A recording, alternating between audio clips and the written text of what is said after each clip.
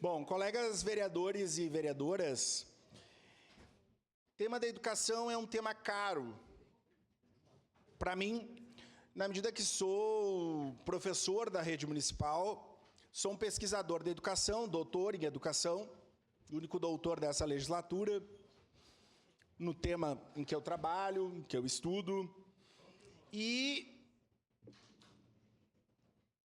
a rede pública municipal, ela foi e é construída por milhares de trabalhadores, profissionais da educação, professores, secretários, os terceirizados, as equipes diretivas, os CPMs, os pais, os estudantes que estão na nossa escola.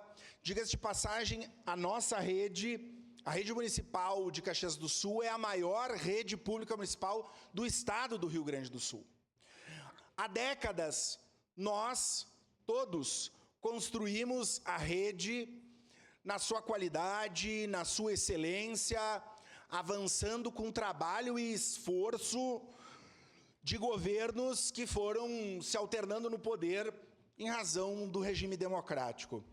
E causa preocupação e estranheza algumas medidas que têm sido tomadas no último período, desconsiderando a gestão democrática, desconsiderando a potência da nossa rede, dificultando a vida de estudantes, de profissionais da educação, de pais.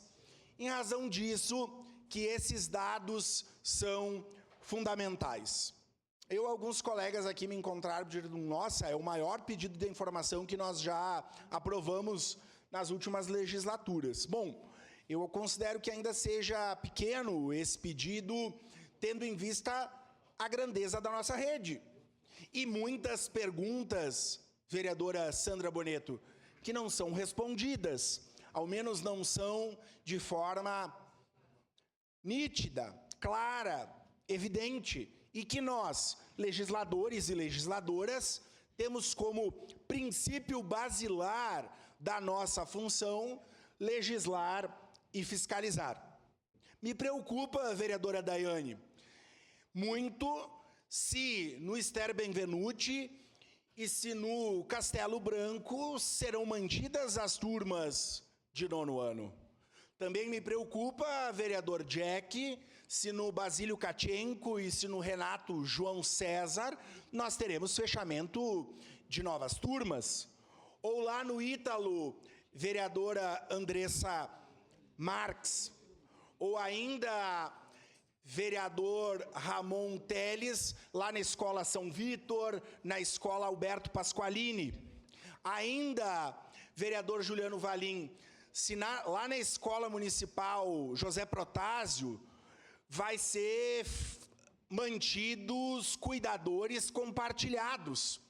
E eu tenho estado em várias escolas em que nós temos um cuidador para cuidar de 3 estudantes que exigem a troca de fraldas, por exemplo, onde é absolutamente incompatível com a função de um cuidador com crianças de suporte 2 e 3, que se revezem em atividades básicas, como a higiene e a locomoção. Ou ainda, vereadora Rose, temos falado sobre o tema da educação infantil. E aqui, nesse pedido de informação, o principal acaba sendo o ensino fundamental.